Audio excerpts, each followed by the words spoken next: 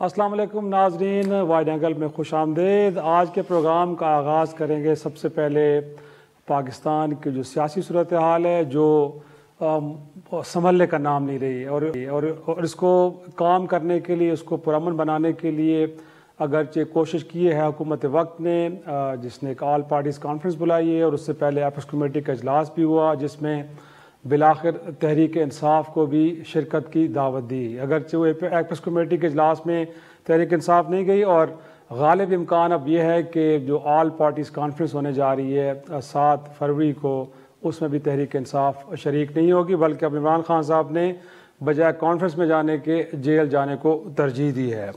میرے ساتھ اسٹوڈیو میں موجود ہیں ایک آنریبل پینل امتیاز گل صاحب، کسی تعارف کے محتاج نہیں ہیں، سینئر صحافی، تجزیہ کار، اور ان کے ساتھ موجود ہیں اعزاز سید صاحب، جرنلسٹ ہیں، بڑا لیگ ورک کرتے ہیں اور سیاسی اور دفاعی امور پہ بڑی گہری نظر ہے ان کی۔ امتیاز صاحب، گفتگو کا آغاز کیوں نہ آپ ہی سے کیا جائے۔ یہ جو آج آپ نے سنا بھی ہے کہ عمران خان صاحب نے بجائے اے پی سی میں جانے کے جیل برو تحریک شروع کرنے کا اعلان کیا ہے۔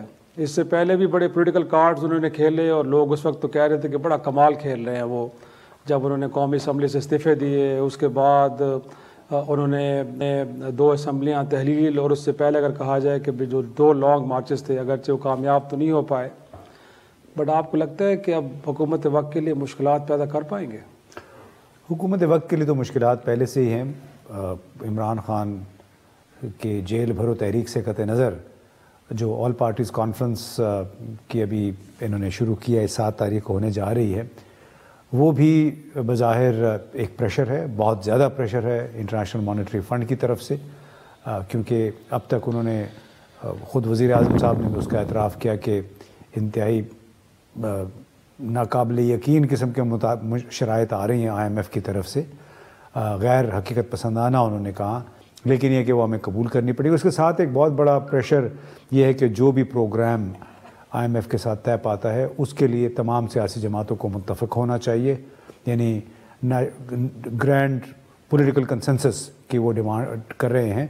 تو اب یہ ایک اچھا موقع یہ آیا کہ 30 جنوری کو پشاور کا وہ واقعہ ہو گیا، تو اس کی وجہ سے اب سیکیورٹی صورتحال کے کور میں حکومت کو، چونکہ مذاکرات چل رہے تھے آئی ایم ایف کے ساتھ، تو انہوں نے ایک موقع دیکھا اور آل پارٹیز کانفرنس بلا دی ہے۔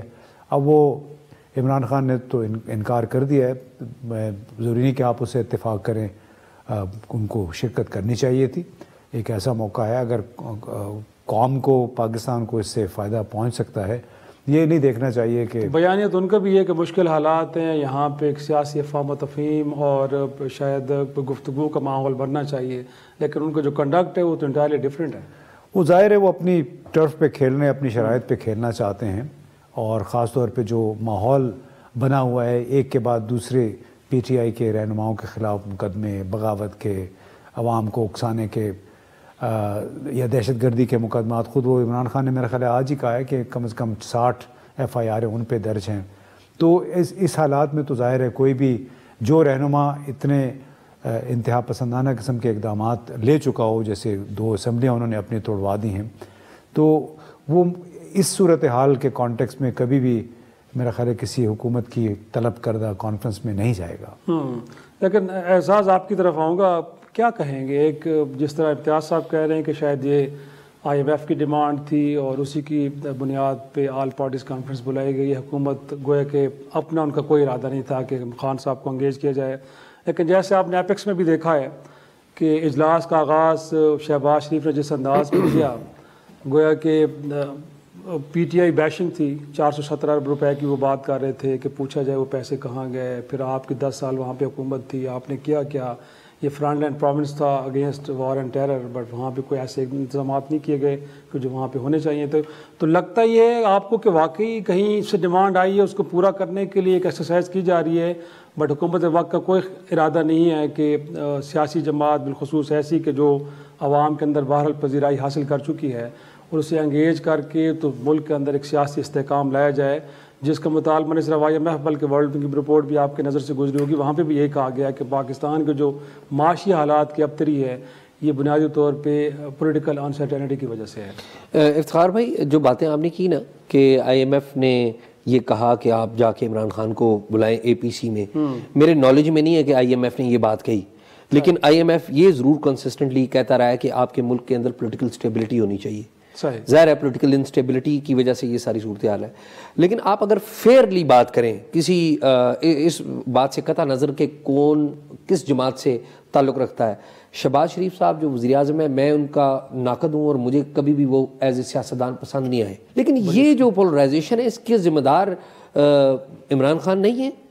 کیا عمران خان جو ہے کنسسٹنٹلی جب ان کو نو کانفیڈنس سے نکالا گیا تو پہلے انہوں نے امریکہ کا نام لے لیا, پھر وہ اسٹیبلشمنٹ کے اوپر آ گئے, پھر وہ آصف علی زرداری کے اوپر آ گئے, معاملات کرتے کرتے محسن نقوی صاحب کے اوپر آ گئے. تو عمران خان صاحب تو ایک کرائسس کی پالیٹکس پہ یقین رکھتے ہیں. اگر آپ دیکھیں ان کا جو عروج ہے 2011 کے جلسے سے, اگر آپ دیکھیں کہ انہوں نے گورنمنٹ کے اوپر اٹیک کرنا شروع کیا, دی دین گورنمنٹ کے اوپر. پھر 2013 میں انہوں نے کہا جی الیکشن ٹھیک نہیں ہے, کورٹ میں ثابت نہیں ہو سکے. 2014 میں ان کے پاس ایجنڈا نہیں تھا, وہ پاناما ہوا اور یہ ایجنڈا لے کے یہاں پہ 2014 میں یہاں پر آ گئے. اور آپ کو پتہ ہے تقریباً 125-26 دن یہاں پر جو کچھ ہوتا رہا. اور ایون ایٹ دیٹ ٹائم جو 16 دسمبر 2014 کو دہشت گردی کا واقعہ ہوا تھا وہ ان کے صوبے میں ہوا تھا جہاں پر پاکستان تحریک انصاف کی حکومت تھی. ایون ایٹ دیٹ ٹائم اس وقت کی جو گورنمنٹ تھی انہوں نے آل پارٹیز کانفرنس بلائی, یہ گئے. ابھی ایک جو دہشت گردی کا واقعہ ہوا ہے اور آپ کو پتہ ہے دہشت گردی کے اس واقعے نے ہلا کر رکھ دیا ہے, اور حالیہ سالوں کا اگر یہ کہیں کہ 2014 کے بعد کا سب سے بڑا واقعہ تو غلط نہیں ہے, بالکل ایسے ٹھیک ہے. اس میں ان کے اپنے صوبے میں یہ واقعہ ہوا اور آل پارٹیز کانفرنس بلائی جا رہی ہے, یہ نہیں آ رہے, تو ذمہ دار کون ہے؟ یعنی میں کوئی شہباز شریف صاحب کو بڑا لیڈر نہیں سمجھتا, نہ میں ان کو, لیکن ایک اچھا اقدام کیا گورنمنٹ نے, you should give credit, we should tell. اور کون نہیں آ رہا؟ عمران خان صاحب نہیں آ رہے. کیوں نہیں آ رہے؟ کہ میں تو نہیں مانتا ہوں, ان لوگوں کو مانتا نہیں صحیح. لیکن اگین امتیاز صاحب 2014 میں یہی عمران خان صاحب تھے اور یقینی طور پہ 126 دن بیٹھے ہیں, لیکن جب سانحہ ہوا تو چلے بھی گئے.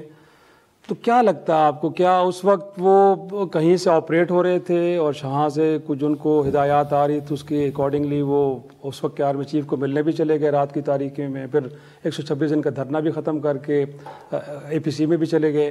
بٹ اب ان کو شاید لگتا ہے کہ وہ عوامی مقبولیت میں سب سے آگے ہیں اور اب پبلک ان کے ساتھ کھڑی ہے, تو بجائے کہیں سے ڈکٹیشن لینے کے یا اپنے آپ کو کسی کے سامنے سرنڈر کرنے کے, بہتر ہے کہ پبلک سپورٹ کی بنیاد پہ کھیلا جائے اور جو ان کے من میں آ رہا ہے, جو ان کے دل میں آ رہا ہے وہ کریں, رادر یہ ہے کہ سچویشن کیا ڈیمانڈ کرے اس کے ساتھ جایا جائے.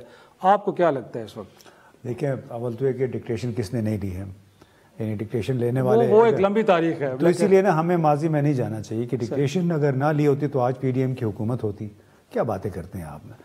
دوسری بات یہ ہے کہ وہ آپ نے سنا ہوگا 31 جنوری اور پھر 1 فروری کو وزیر اعظم صاحب کے, ہمارے محترم وزیر اعظم صاحب کے جو بیانات تھے اس سے یہ ظاہر ہو رہا تھا, اور پوری ایک لائن میں لگے ہوئے تھے یہ لوگ, رانا ثناء اللہ صاحب, خواجہ آصف صاحب, کچھ اور وزیر تھے بشمول شہباز شریف کے. انہوں نے فوراً یہ مسئلہ اٹھایا کہ 417 ارب روپے اس صوبے کی سیکیورٹی پہ خرچ ہوئے ہیں, وہ کہاں گئے. پھر شہباز شریف صاحب نے یہ کہا کہ ان دہشت گردوں کو اس صوبے میں آنے کی اجازت کس نے دی. اب اتنے دو بڑے جھوٹ بولے کہ گزشتہ 9 سالوں سے ایک حکومت وہاں پہ تھی پی ٹی آئی کی. اعزاز کو بھی پتہ ہے, آپ کو بھی پتہ ہے کہ جو بلیک ٹیررسٹ ہیں ٹی ٹی پی والے, وہ کبھی بھی سویلین حکومت کے پاس نہیں رہے ہیں. ان کو صوبے میں آنے کی اجازت پی ٹی آئی نے نہیں دی تھی. ان کے ساتھ جو مذاکرات ہو رہے تھے وہ پی ٹی آئی کی حکومت نے نہیں کیے تھے. یہ سب کو پتہ ہے, آپ کو بھی معلوم ہے. آئی ایس آئی کے سابق سربراہ تھے, انہوں نے زبانی اجازتیں لی صدر سے, آرمی چیف سے کہ یہ کچھ لوگ آنا چاہتے ہیں, ہم اعتماد سازی کے اقدامات کے طور پہ ان کو واپس بلا رہے ہیں. دوسری بات وہ جو 417 ارب روپے والی بات ہے, پتہ نہیں کس نے شہباز شریف کے کان میں ڈال دی. ان کو پتہ ہی نہیں تھا کہ 600 ارب روپے خرچ ہوئے ہیں. زیادہ رقم ہے ایک طرح سے. اور خود مجھے پتہ ہے چونکہ میں اس صوبے سے ہوں, فالو کرتا رہتا ہوں ہر سال. 620 ارب روپے کے قریب خرچ ہوئے ہیں. اس میں انہوں نے 5-6 باقاعدہ نئے اسپیشل اسکول بنائے ہیں, ٹریننگ تربیتی اسکول. اور سب سے بہترین کارکردگی خیبر پختونخوا پولیس کی رہی ہے خیبر پختونخوا میں, اس لیے کہ ان کا بہترین پارٹنر آرمی کا اس علاقے میں وہاں کی پولیس تھی. اب اس کے اوپر آپ سوال اٹھا رہے ہیں تو ان سے کوئی یہ پوچھے کہ جب 2009 میں GHQ پہ قبضہ ہو گیا تھا اس وقت آپ نے یہ سوال اٹھایا تھا کہ اس فوج پہ اس ملک کا کتنے اربوں ڈالر سالانہ اگر خرچ ہوتے ہیں تو انہوں نے قبضہ کیسے ہو گیا GHQ پہ, ISI کے ہیڈ کوارٹرز کیسے اڑ گئے. تو ہمیں جو منافقت کی سیاست ہے اس کو جب تک ہم الوداع نہیں کہیں گے اس وقت تک آپ یہ جو ایک دوسرے کے اوپر الزام تراشیاں ایک اچھا ہے دوسرا خراب ہے یہ اس وقت تک یوں ہی چلتا رہے گا. ہمیں جب تک دیانتداری سے ہم حالات عوام کو گمراہ کرنے کی بجائے دیانتداری سے ہم بات نہیں کریں گے پاکستان یوں ہی عوام یوں ہی خوار ہوتے رہیں گے. ایک چھوٹا سا بریک ناظرین, مجھے بریک کے لیے کہا جا رہا ہے, بریک سے واپس اعزاز سے پوچھیں گے کہ کیا واقعی وہ ان آرگومنٹ سے اتفاق کرتے ہیں یا ان کے خیال میں ایسا ہرگز نہیں ہے, حقائق کچھ اور ہے. ایک چھوٹا سا بریک. پروگرام میں ایک بار پھر خوش آمدید. اعزاز, لگتا تو ایسے ہے کہ جب بھی دہشت گردی کے واقعات کے بعد آل پارٹیز کانفرنس ہوئے ہیں یا ایپیکس کمیٹی کے اجلاس بھی کل آپ نے دیکھا ہے, چیزوں کو ڈائگنوز کرنے میں تو کوئی پرابلم نہیں ہے, گویا کہ لگتا ہے کہ پتہ ہے کہ کرنا کیا ہے. ہم نے نیشنل ایکشن پلان آپ کے سامنے 21 نکات کا, اس کے اندر لگتا تھا کہ بڑی کمپریہنسو ڈاکومنٹ ہے, اس پہ عمل درآمد ہوگا تو شاید ہم اس ملک سے نہیں بلکہ اس ریجن سے ہم دہشت گردی کا خاتمہ کر دیں گے. بٹ امتیاز صاحب کی بات کہیں نہ کہیں مجھے لگتا ہے وزن تو ہے کہ لگتا ہے کہ یہ سارے معاملات انٹرنل سیکورٹی کے یا ایکسٹرنل سیکورٹی کے یا ایون کے خارجہ امور یہ سیاستدانوں کے ڈومین میں آتے نہیں ہیں, یہ کہیں اور ڈسکس ڈیبیٹ ہوتے ہیں, فیصلے بھی وہیں پہ لیے جاتے ہیں. تو پھر اس طرح کی ایکسرسائز کا آپ کو لگتا ہے کوئی فائدہ ہوگا؟ افتخار بھائی, آپ نے جو بات کی میں اتفاق کرتا ہوں کافی حد تک اس بات سے. امتیاز صاحب نے جو باتیں کی ہمارے بڑے ہیں لیکن ان کی باتوں پہ تھوڑی میں عرض ضرور کروں گا تاکہ آپ کے پروگرام میں نا ہم سننا چاہیں گے توازن پیدا ہو. امتیاز صاحب کی جو گفتگو ہے اس میں دو بنیادی نقطے ہیں. صحیح. انہوں نے کہا کہ جی نیگوسیشنز تو PTI کی گورنمنٹ نہیں کر رہی تھی. نمبر 1 ان کا بنیادی نقطہ ہے. نمبر 2 ان کا بنیادی نقطہ یہ ہے کہ دیکھیں جی پولیس تو بڑی اچھی پارٹنر تھی ہماری فوج اور جو ادارے ہیں ہمارے سیکیورٹی کے. یہ بیسکلی 2 نقطے ہیں, باقی تو ساری ایکسپلینیشن ہے. میں امتیاز صاحب کو یاد دلانا چاہتا ہوں بیرسٹر سیف کیا مذاکراتی ٹیم کا حصہ نہیں تھے؟ بیرسٹر سیف کس جماعت سے تعلق رکھتے ہیں؟ اور بھی بہت سارے بندوں کے نام لے سکتا ہوں میں صرف ایک نام لے رہا ہوں. جی. کیا یہ بات درست نہیں ہے کہ پارلیمنٹ کے مشترکہ اجلاس میں یکم جولائی کو بھی اور بعد میں بھی پارلیمنٹ کی ساری جماعتوں نے کہا تھا کہ جو TTP ہے اسے مذاکرات نہیں کرنے, لیکن عمران خان صاحب نے کہا کرنے ہیں مذاکرات. کیا ان مذاکرات کو کون کرتا رہا تھا؟ عمران خان صاحب کرتے رہے ہیں اور آج بھی کرتے ہیں. آپ دیکھیے کہ جو پشاور میں واقعہ ہوا اس کے بعد عمران خان صاحب نے تقریر کیا کی ہے. اس کا مطلب نون لیگ نے بھی اس کو اون کیا نا. میں عرض یہ کر رہا ہوں کہ نون لیگ نے اون کیا یا نہیں کیا وہ تو بعد میں بات آتی ہے نا, بٹ انیشل سٹیپ لیکن پارلیمنٹ نے کس کو کہا تھا؟ پیپلز پارٹی, نون لیگ, باقی جو بلوچ علیحدگی پسند جماعتیں ہیں, بلوچ جو جماعتیں ہیں ہماری خیبر پختونخوا میں جو جماعتیں ANP اور باقی لوگ JUIFA نے حمایت کی تھی, لیکن ANP نے حمایت نہیں کی تھی اور بھی جماعتوں نے حمایت نہیں کی تھی. اب اتنا بڑا یعنی کہ تضاد ہے کہ آپ نے مذاکرات کو اون کیا اور آپ کہتے تھے, بیان دیتے تھے کہ یہ جو طالبان ہیں انہوں نے غلامی کے جو شکنجے ہیں وہ توڑ دیے ہیں. انہوں نے عمران خان صاحب نے بیان دیا تھا نا, اور پھر یہ کہتے ہیں ہم مسائل حل کر لیں گے. پھر کیا ہوا؟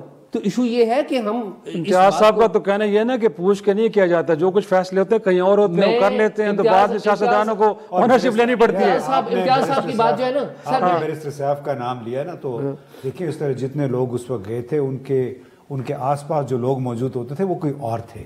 ایک وفد گیا تھا, وہ جب سراج حقانی سے اور نور ولی محسود سے ملنا چاہ رہے تھے تو ان کو سراج حقانی نے یہ کہا کہ جن لوگوں کے ساتھ ان کے مذاکرات ہو رہے ہیں وہ مذاکرات ہو رہے ہیں, آپ کھانا کھائیں, چائے پئیں اور واپس جائیں. میں عرض یہ کر رہا ہوں کہ کیا عمران خان صاحب نے اس کو اون کیا یا نہیں؟ انہوں نے ایز اے پارٹی اس کو ہمیں ایز اے پارٹی اور آج تک اون کر رہے ہیں. آپ دیکھیں نا ان کی تقریر سن لیں. نہیں دیکھیں آپ چیزوں کو خلط ملط نہ کریں. وہ کہتے ہیں کہ اسٹریٹجی کے طور پہ دنیا بھر میں ہر کانفلکٹ میں مذاکرات ہوئے ہیں, ہر کانفلکٹ میں. صرف یہ ہوتا ہے کہ آپ نے علیحدہ کرنا ہوتا ہے ان لوگوں کے جو بالکل ہتھیار نہیں ڈالنا چاہتے, جو پراکسی ٹیررسٹ ہیں, آپ نے ان کو علیحدہ کرنا ہے. جو واپس آنا چاہتے ہیں وہ آ جائیں. لیکن امتیاز صاحب جو اعزاز کہنا چاہ رہے ہیں نا کہ اگر آپ نے نیب کے معاملے پہ اب سچ بول دیا ہے کہ کہیں اور سے آپریٹ ہو رہا تھا, تو ان معاملات میں بھی خان صاحب سچ بتا دیں کہ جب انہوں نے ایک ٹرکش ٹی وی کو انٹرویو دیتے ہوئے بتایا تھا کہ ہم مذاکرات کرنے جا رہے ہیں اور طالبان فیسیلیٹیٹ کر رہے ہیں، فیصلہ کہاں پہ ہوا تھا؟ یہ پارلیمنٹ کا فیصلہ تھا، پرائم منسٹر کا تھا، یا کہیں اور ہوا تھا؟ مذاکرات شروع ہو چکے تھے، یہ سلسلہ مارچ 2021 میں شروع ہو گیا. مجھے امتیاز صاحب یہ بات بتا دیں، میں ساری امتیاز صاحب کی باتیں مانتا ہوں. مجھے امتیاز صاحب یہ بتا دیں کہ پارلیمنٹ میں عمران خان صاحب کھڑے ہوئے تھے اور انہوں نے کہا تھا کہ اسامہ بن لادن شہید ہیں، کیا وہ اسٹیبلشمنٹ نے کہا تھا نہیں کہیں؟ وہ سلپ آف ٹنگ تھا میرے خیال میں. نہیں کبھی کہا انہوں نے. اچھا دیکھیں نا ایشو یہ ہے، میں یہ بات نہیں ہے نا، آگے کی بات کریں.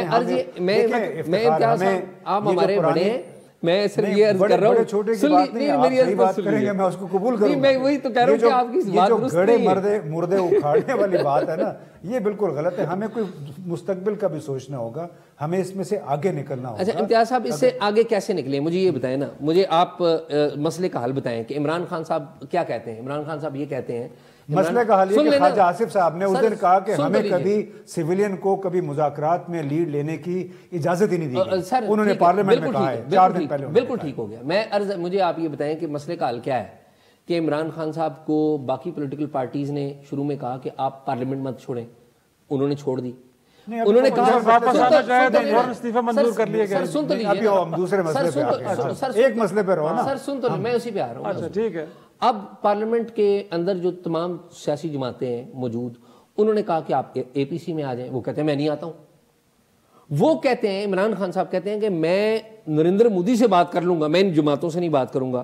کیا یہ کوئی سیاستدان جو کہ ایک ویژنری ہو، جس کی اتنی پبلک فالوئنگ ہو، کیا اس کو یہ کہنا زیب دیتا ہے؟ یہ اس لیے کہتے ہیں، میں عرض یہ کروں، یہ اس لیے کہتے ہیں کہ ہم جیسے لوگ ہم جا کے ان کو سپورٹ کرتے ہیں. میں آپ کی بات نہیں کر رہا ہوں، ہمارے بہت سارے ایسے لوگ ہیں جنہوں نے ٹویٹر کے اوپر، جنہوں نے یوٹیوب کے اوپر، جنہوں نے فیس بک کے اوپر کلکس حاصل کرنے کے لیے ایک جھوٹ کو اور ایک نفرت کو پروموٹ کرتے ہیں. یہ ہمیں ذرا اپنے آپ میں جو باتیں سعید غنی صاحب نے 3 دن پہلے ایک پریس کانفرنس میں کہا کہ یہ بندہ مکار ہے، یہ جھوٹا ہے، یہ بد کردار ہے، یہ چور ہے، پتہ نہیں کیا کیا انہوں نے. ہم ان لوگوں کی آپ بات نہیں کرتے. انہوں نے بھی تو عمران خان بھی تو یہی کہتے ہیں. نہیں دیکھو وہ عمران خان نے غلط کام کیے، اس نے لوگوں کو چھوڑا. نہیں سنو نا، اس نے اگر غلط کام کیا اس کا مطلب ہے کہ اس کا جواب گالی سے دیں. آپ بڑی اچھی بات ہے اگر آپ اس کو کنڈون کرتے ہیں. لیکن اعزاز ان کے بیانیے کا مرکزی نقطہ ہے اس ملک کے اندر کرپشن ہے، اس ملک کو لوٹا گیا ہے. گویا کہ ہم نہیں کہہ رہے، وہ نہیں کہہ رہا، عالمی ادارے بھی یہی بات کرتے ہیں نا. تو گویا کہ اس بیانے پہ تو کسی کو کوئی اعتراض نہیں ہے نا کہ جو وہ بات کر رہے ہیں. میں صرف اس میں توسیع کر دوں، اس ملک کا جو سب سے بڑا مسئلہ ہے نا، سب سے بڑا مسئلہ وہ اس ملک میں جمہوریت کمزور ہے اور جمہوری ادارے کمزور ہیں. نمبر 1 مسئلہ یہ ہے.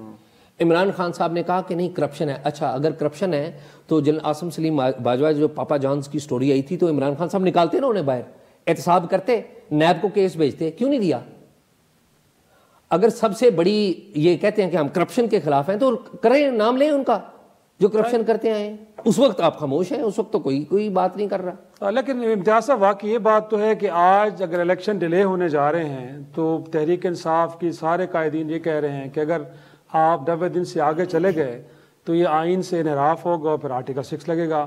لیکن انہی کے دور میں جب جنرل مشرف کے خلاف آرٹیکل 6 کے تحت ایک فیصلہ آیا تھا، آپ کو یاد ہوگا سیٹھ وقار جو چیف جسٹس تھے پشاور ہائی کورٹ کے، ان کے بارے میں بیٹھ کے 3 وزراء نے کیا پریس کانفرنس کی تھی. ان کی ذہنی حالت ٹھیک نہیں ہے، ان کو تو ہم بھیجیں گے، ان کا علاج کروائیں گے. تو سر جہاں پہ آرٹیکل 6 کے تحت کسی تکڑے آدمی کو آپ سزا دینے لگیں تو وہاں اسے ڈیفینڈ کرنے آ جاتے ہیں. جب آپ کو لگا ہے کہ آپ کے کہیں حقوق کمپرومائز ہو رہے ہیں یا جو آپ کے اکارڈنگلی چیزیں نہیں ہو رہی تو پھر آپ کو آرٹیکل 6 سے آ جاتا ہے. تو کہیں نہ کہیں لگتا تو ہے کہ تحریک انصاف بھی کنفیوز ہے. کوئی یہ کہہ رہا ہے کہ عمران خان فرشتہ ہے، کوئی یہ کہہ رہا ہے اس سے کوئی غلطیاں نہیں ہوئی، انہوں نے بڑی بڑی غلطیاں کی ہیں ان سے. لیکن میں یہ کہہ رہا ہوں کہ ان کی جو اگر غلطیاں ہیں، ان کا ایک غلط رویہ اگر ان کا تھا تو کیا اس کا جواب آپ غلط رویے سے دیں گے؟ اگر انہوں نے گالیاں دی ہیں تو کیا اس کا جواب گالی سے ہوگا؟ ایشو یہ ہے کہ وہ تھا نہیں، ایک کنسسٹنٹلی خان صاحب ایک رویہ اپنائے ہوئے کنسسٹنٹ. مجھے بتائیں کسی ایک جگہ انہوں نے کہا کہ میں پولیٹیکل لوگوں کے ساتھ بیٹھنے کے لیے تھا، مجھے ایک بتا دیں، مجھے خوشی ہوگی. میں غلط ثابت ہوں گا، مجھے بہت خوشی ہوگی. دیکھیں یہ پولیٹیشنز جتنے بھی الزامات ان کے اوپر لگا دیں، چاہے عمران خان ہے، چاہے زرداری صاحب ہیں، چاہے نواز شریف صاحب ہیں، یہ اسی ملک کے لوگ ہیں. اگر ان میں کوئی خامیاں ہیں، اگر ان میں کوئی مسائل ہیں تو انہوں نے بیٹھ کے طے کرنے ہیں. اگر ان میں آپ آ کے میں کہہ دوں کہ جی مجھے افتخار شیرازی صاحب اچھے نہیں لگتے، میں تو ان کے ساتھ کبھی نہیں بیٹھوں گا، بات تو ختم ہو گئی. افتخار شیرازی صاحب کی ایک اہمیت ہے نا، یا امتیاز صاحب کی ایک اہمیت ہے، مجھے اس کو ریگارڈ کرنا چاہیے. ووٹ ان کو بھی پڑے ہیں، اور ووٹ پارلیمنٹ نے عمران خان صاحب کو نکالا ہے. یہ دیکھیں نا، میریٹ ہوٹل میں ہاسٹل میں محبوس بنایا. آپ جیسے امپارشل لوگ یہ بھی کہتے ہیں کہ حکومت وقت نے بھی نریندر مودی کو سب سے پہلے مذاکرات کی دعوت دی ہے، خان صاحب کو بعد میں دی ہے. جاتی عمرہ شادی کے لیے بھی نریندر مودی کیا غلط بات ہے؟ مجھے یہ امتیاز صاحب یہ بتائیں کہ نریندر مودی وہاں پہ شادی پہ آ گئے تھے یا انہوں نے دعوت دی، اچھی بات ہے. یہ تو عمران خان صاحب کو بھی کرنی چاہیے. ہم تو پی ڈی ایم کی اس گورنمنٹ کی بات کر رہے ہیں کہ جنہوں نے گلف کنٹری سے بھی کہا ہے کہ آپ ہم میڈیٹ کریں اور ہماری گفتگو کرائیں، بٹ وہ کہہ رہے ہیں کہ آپ بھارت سے تو گفتگو کرنا چاہ رہے ہیں، اپنی سیاسی جماعت کو اب جا کے، اب وہ بھی شاید لگتا ہے کہ کہیں سے آپ کو کہا گیا تو پھر آپ انگیج کرنے جا رہے ہیں. لیکن وہ جو آپ بات کر رہے ہیں اعزاز، بنیادی طور پہ اپوننٹ کو ایک طرح سے الزام ان پہ لگانا یا ان کی بیشنگ کرنا، یہ تو بڑا فیشن ہے. ڈار صاحب یہ فرماتے ہیں کہ جی ڈالر 180 پیسے ایکچوئل قیمت ہے، میں لے کے آؤں گا، بٹ اب دیکھیں کہاں پہ جا رہا ہے. پھر وہ کہتے ہیں کہ انہوں نے IMF کے ساتھ جو معاہدے کیے انہوں نے ملک کا بیڑا غرق کر دیا. آج ان سے بڑی سخت شرائط آپ تسلیم کرنے جا رہے ہیں، تو اگر آپ کے پاس کولا دین کا چراغ ہے تو آپ ٹھیک کریں نا. پھر آپ اس طرح کی کڑی شرائط کیوں مانے جس کے نتیجے میں آپ نے ڈالر کو بھی 300 پہ پہنچا دیا ہے، پیٹرول کو بھی آپ 300 پہ لے کے جا رہے ہیں، نئے ٹیکسز بھی ایڈ کر رہے ہیں. معاملہ تو ادھر ہی لے کے جا رہے ہیں نا آپ. تو پھر اگین آپ خان صاحب کو کیوں بلیم کر رہے ہیں؟ افتخار صاحب، میں اس لیے یہ عرض کر رہا ہوں کہ آج جو ملک کی جو سیاسی منظرنامہ ہے اس میں کیا سیاسی سٹیبلٹی کی ضرورت نہیں ہے؟ یقیناً ہے نا. سیاسی سٹیبلٹی کے باوجود، پتہ ہونے کے باوجود کہ IMF کے ساتھ PTI کی گورنمنٹ نے اس وقت کیا معاہدہ کیا تھا، آپ نے سر سن تو لیجئے نا میری، سر سن تو لیجئے نا میری بات سن لیجئے. آپ نے پیٹرول کی قیمت، آپ کو پتا تھا آپ جا رہے ہیں، آپ نے کم کر دی. نقصان کس کا کیا؟ آپ نے اس ملک کا نقصان کیا. آپ کی ہدایت پر آپ کے سابق وزیر خزانہ نے خاتونخوا اور پنجاب کے وزرائے خزانہ کو فون کیے کہ آپ نے یہ انکار کر دینا ہے، اور آپ کا PTI کا وزیر خزانہ جو پنجاب کا ہے وہ کہتا ہے اس سے تو ملک کو نقصان ہو جائے گا. اس نے کہا جی کوئی بات نہیں، اگر یہ کوئی سیولائزڈ ملک ہوتا ان لوگوں کے خلاف کاروائیاں ہوتی ہیں. آپ تو اپنی سیاست کے لیے ملک کو داؤ پہ لگا دیتے ہیں، اور آپ کہتے ہیں کہ نہیں ہم تو بالکل. سیاسی سٹیبلٹی کس نے لانی ہے؟ پولیٹیکل ایکٹرز نے لانی ہے. کیا پولیٹیکل ایکٹرز باقی جتنے بھی ہیں عمران خان صاحب کے ساتھ، کیا وہ ٹیبل پہ بیٹھنے کے لیے تیار نہیں ہیں؟ کون ایک ہے جو نہیں ٹیبل پہ بیٹھنے کے لیے تیار؟ کون ایک ہے جو صرف یہ کہتا ہے کہ میں نے احتجاج کرنا ہے؟ عمران خان صاحب کی جو فالوئنگ ہے اس کا بڑا احترام ہے مجھے.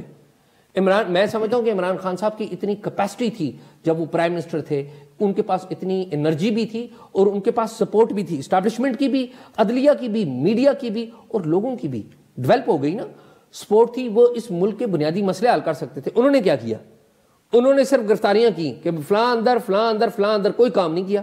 اور اب اس کو بھی پتہ ہے کہ ان کو گرفتار کون کرتا تھا، نیشنل اکاؤنٹیبلٹی بیورو کون چلاتا تھا، ان کو بھی پتہ ہے. تو کیا اس میں انہوں نے بے وقوفی سے، دیکھیں ہم شروع سے لکھتے بھی رہے، بہت بولا بھی، ٹی وی پروگراموں بھی ان سے بہت غلطیاں ہوئیں، یہ نشاندہی بھی کرتے رہے. لیکن آپ کو معلوم ہے ہمارے کچھ ایسے حلقے ہیں کہ وہ چاہے یہ حکومت ہو چاہے وہ حکومت ہو، اگر یہ لوگ اگر سیاسی استحکام میں انٹرسٹڈ ہوتے تو یہ انتخابات سے ایک سال پہلے اس قسم کا گٹھ جوڑ کر کے نو کانفیڈنس کے نام پہ یہ پورا ڈرامہ نہ رچاتے. اور ثاقب شیرانی صاحب اکانومسٹ ہیں، انہوں نے ڈان میں پچھلے ہفتے ایک آرٹیکل لکھا.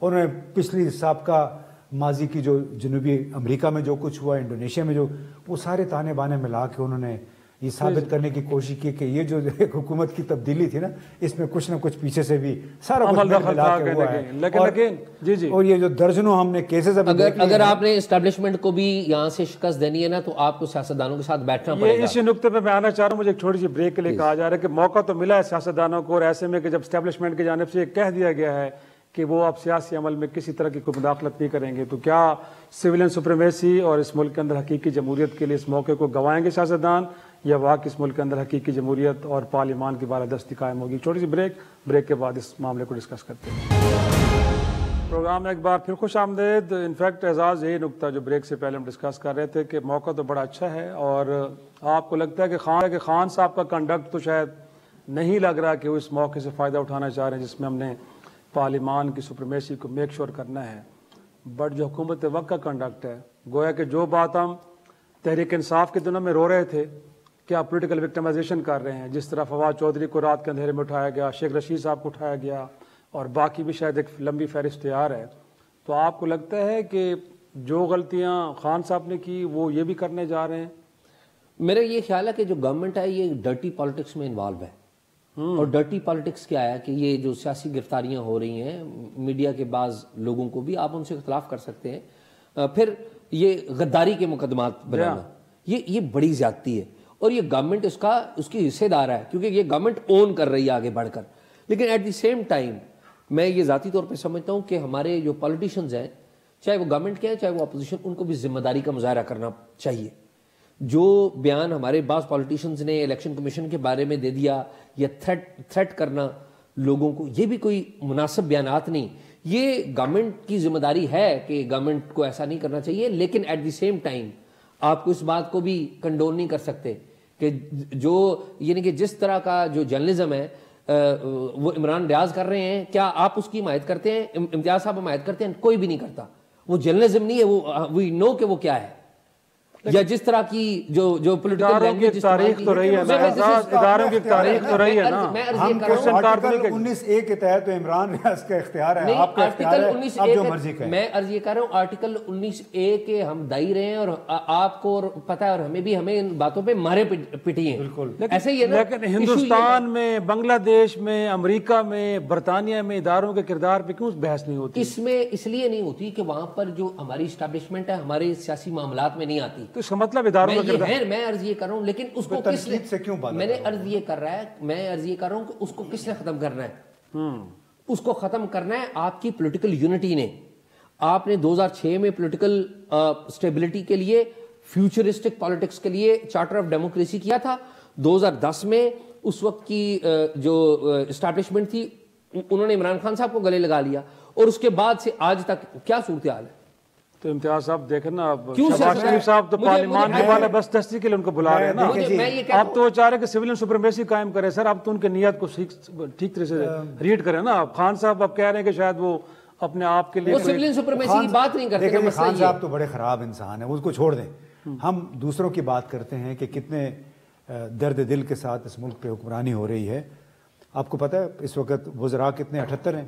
جی ہاں.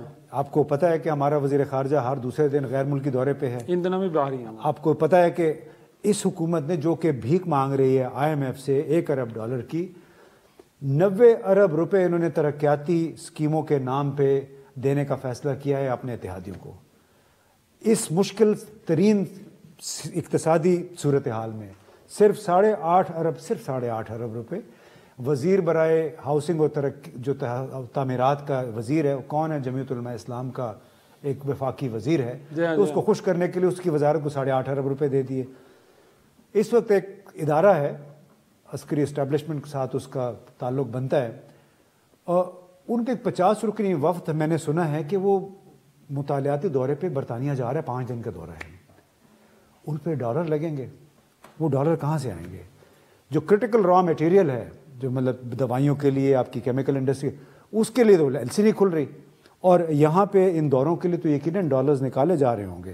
آخری بات میں یہ کہوں گا کہ جمہوریت اس وقت آتی ہے جب آپ کا اپنا طرز عمل بھی جمہوری ہو، جب آپ کی آپ کی جو پارٹی ہے وہ بھی جمہوری بنیادوں پہ کھڑی ہو. یہ نہیں ہو سکتا کہ آپ کہیں کہ میں چونکہ نواز شریف کی بیٹی ہوں لوگ مجھے پسند کرتے ہیں، یہی جمہوریت ہے. یا بلاول یہ کہے کہ چونکہ میری ماں شہید ہوئی تھی لہٰذا میں جمہوریت ہوں. انہیں یہ بھی کہا تھا نا کہ democracy is the sweetest revenge. آپ کو اپنا طرز عمل سے ثابت کرنا ہو کہ آپ جمہوریت پسند ہیں، پھر سب سے بڑھ کے ہم ان کی جا کے حمایت کریں گے. عمران خان کا اپنا طرز عمل ہے، کوئی عمران خان کا اس کے طرز خطابت کے لیے جو کس قسم کے الفاظ دوسروں کے لیے استعمال کرے، کوئی ان کی حمایت نہیں کرے گا. جو اصول ہیں یس. لیکن ایک چھوٹا سا بریک ناظرین، اور بات یہ جو موروثی سیاست سے متعلق ناراضگیاں خاقہ نوازی صاحب کی، یہ نقطہ رکھیں گے اعزاز کے سامنے. چھوٹا سا بریک. پروگرام میں ایک بار پھر خوش آمدید. اعزاز کیا کہیں گے جو نقطہ بریک سے پہلے امتیاز صاحب بھی اٹھا رہے تھے؟ خاقہ نوازی صاحب جو ناراض ہوئے ہیں، پارٹی کی نائب صدارتشپ بھی چھوڑی انہوں نے. موروثی سیاست گویا کہ آپ اگر پارٹی سربراہ کے بیٹی ہیں بیٹے ہیں تو پھر آپ کا حق ہے، آپ آ جائیں اوپر سے پیراشوٹ کے ذریعے اتریں اور ساری پارٹی کو ہائی جیک کر لیں. گویا کہ جب پارٹیوں کے اندر جمہوریت نہیں ہے تو اس ملک کے اندر کیسے جمہوریت ہم لے کے آئیں گے؟ افتخار بھائی یہ جو بات آپ نے نقطہ اٹھایا نا یہ بالکل درست ہے، اس پہ کوئی دو رائے نہیں ہے، لیکن میں اس سے ایک قدم آگے جاؤں گا اور اس میں ہم سب کا رول ہے. موروثی سیاست تو بالکل پرابلم ہے، بہت سارے لوگ اس کے حق میں دلائل دیتے ہیں، میں اس کے حق میں نہیں ہوں انٹل اور انلیس کے لوگ نہ ووٹ دیں. ٹھیک، ایشو یہ ہے کہ پاکستان میں جو موروثی سیاست جنم کیوں لیتی ہے یہ بات سمجھنے کی ضروری ہے. دو باتیں ہیں اس میں. سب سے پہلی بات یہ ہے کہ پاکستان میں ہماری جو پولیٹیکل پارٹیز ہیں وہ بھی کونسلر لیول پہ گلی محلہ کے لیول پہ وہ آرگنائزڈ نہیں ہیں، اور وہ نہیں دیتے، وہ بلدیاتی الیکشن سیاسی جماعتیں نہیں ہونے دیتی. وہ کیوں نہیں ہے؟ یہ سوال اگلا سوال یہ وہ کیوں نہیں ہے. وہ اس لیے نہیں ہے کہ پاکستان میں آئین میں واضح طور پہ لکھا ہوا ہے کہ آپ کا لوکل گورنمنٹ سسٹم ہونا چاہیے، لوکل گورنمنٹ کے انتخابات ہونے چاہیے. یہ لوکل گورنمنٹ کو مضبوط نہیں ہونے دیتے، کوئی بھی نہیں ہونے دیتا. اور جب لوکل گورنمنٹ مضبوط ہوگی تو یہ جو ترقیاتی معاملات ہیں نا یہ ایم این اے نے نہیں دیکھنے ہوں گے یا سینیٹر کو آپ کے فنڈز جاری نہیں ہوں گے، ان کا کام لیجسلیشن ہوگا. پھر آپ کا لوکل گورنمنٹ کا جو نمائندہ ہے وہ کرے گا اور وہ کمپٹیشن لوکل گورنمنٹ سے جو ضلع کی سطح سے ہوتا وہ صوبے اور مرکز میں آئے گا. اور یہ کوئی جماعت نہیں ہونے دیتی، کوئی بھی، نہ پیپلز پارٹی ہونے دیتی ہے نہ نون لیگ ہونے دیتی ہے. اور سلوٹی سے پاکستان تحریک انصاف نے بھی کوئی ایسا کمال نہیں کیا اس پہ. میں ایکسپیکٹ کر رہا تھا کہ یہ کریں گے لیکن نہیں کیا. موروثی سیاست کو تحریک انصاف نے بھی اتنی ابیاری کی ہے. شاہ محمود قریشی کی بیٹی زیادہ اس کو کیا پر لگے گئے تھے کہ آپ نے اس کو دے دیا. ٹھیک ہے، اور بھی بہت ساری اگزامپل دی جائے. تو بدقسمتی ہے، یہ ہماری ساری سیاسی جماعتوں کو ان بنیادی اصولوں کے اوپر آنا چاہیے. ابھی جو موروثی سیاست کی جو علامتیں ہیں، مثال کے طور پہ بلاول صاحب ہیں، مریم صاحب ہیں، مریم صاحبہ ہیں یا اور بھی کوئی لوگ ہیں، تو ان کو لوگ ریجیکٹ کر دیں گے اگر لوگوں نے انہیں پسند نہ کیا، ریجیکٹ کر دیں گے. لیکن انفیکٹ امتیاز صاحب تھوڑا سا میں چاہوں گا کہ مفتی شکور صاحب کے جو مذہبی امور کے ہمارے وزیر ہیں اور ڈی جی حج کی جو تعیناتی کا اشک بنا ہوا ہے جس کے اوپر خاتون ایک بیوروکریٹ نے 2 بار جب ٹیسٹ ہوئے ہیں تو دونوں بار انہوں نے ٹاپ کیا ہے، بٹ وہ چاہ رہے ہیں کہ خاتون کوئی ڈی جی حج نہیں ہو سکتی. تو ہم تو رو رہے ہیں کہ شاید سرحد کے اس پار طالبان خواتین کے اوپر قدغنیں لگا رہے ہیں، تعلیم کی، ملازمتوں کی. یہ تو اسلام آباد میں شہباز شریف صاحب کی کابینہ میں ایک وفاقی وزیر بیٹھا ہے سر، یہ ان کا کنڈکٹ ہے، بٹ کوئی بات نہیں کر رہا اس معاملے پہ. دیکھیے بات کریں گے تو پھر ہمارا پی ڈی ایم خراب ہوتا ہے اور دوسری مولانا صاحب ناراض ہو جائیں گے. جی مولانا صاحب ناراض ہو جائیں گے تو انتہائی ایک افسوسناک صورتحال ہے. اور جو بیج جنرل ضیاء الحق نے بوئے تھے آج پاکستانی معاشرہ اس کی قیمت ادا کر رہا ہے.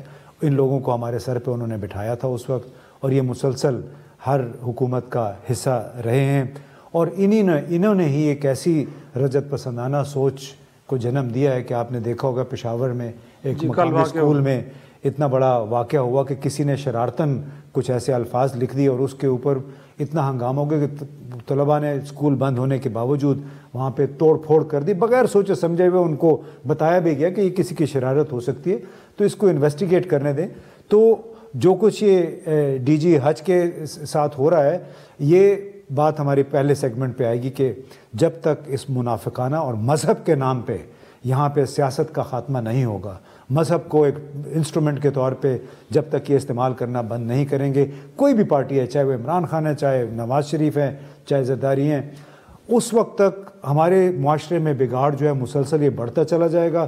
ہماری آپ کی زندگیاں بھی لگتا ہے کہ آہستہ آہستہ خطرے میں پڑتی جائیں گی کہ آپ اپنی مرضی کی بات نہیں کر سکتے اور یہ کہ بغیر انویسٹیگیٹ کیے ہوئے آپ ایک دم اس قسم کے الزامات لگانا شروع کر دیں. یا پھر یہ مولانا صاحب کو دیکھ لیں، وہ 22 سپیریئر سروسز کی خاتون ہے، اس نے پاس کیا ہوا ہے اور اس میں ان کے اپنے مولانا نے کہا ہوا تھا کہ بھئی اگر ہم جمہوریت کی بات کریں گے، اگر ہم پارلیمنٹ کا حصہ ہیں تو ہمیں جمہوریت پہ پھر اس پہ یقین بھی کرنا پڑے گا، اس کو پریکٹس بھی کرنا پڑے گا. جب بے نظیر بھٹو صاحبہ نے ان کو کشمیر کمیٹی کا چیئرمین بنایا اس وقت انہوں نے یہ باتیں کی تھی. تو مجھے یہ لگتا ہے کہ ہم ایک ریورس گیئر میں ہیں اور کس وجہ سے؟ سیاسی مصلحتوں کی وجہ سے. ون لائنر اگر آپ چاہیں کیونکہ وقت ختم ہو رہا ہے. میرا یہ خیال ہے کہ اس ملک میں بنیاد جو ہے نا وہ لوکل گورنمنٹ سسٹم ہے اور باقی چیزیں ہیں اس کو مضبوط کرنا ہوگا. اور عمران خان صاحب کو جو ہے نا ضد چھوڑنی چاہیے، اسے ان ساری سیاسی قوتوں کے ساتھ بیٹھنا ہوگا۔ مہمانوں کے شکریہ کے ساتھ آج کا شو یہیں ختم کرتے ہیں، اجازت دیجیے، خدا حافظ۔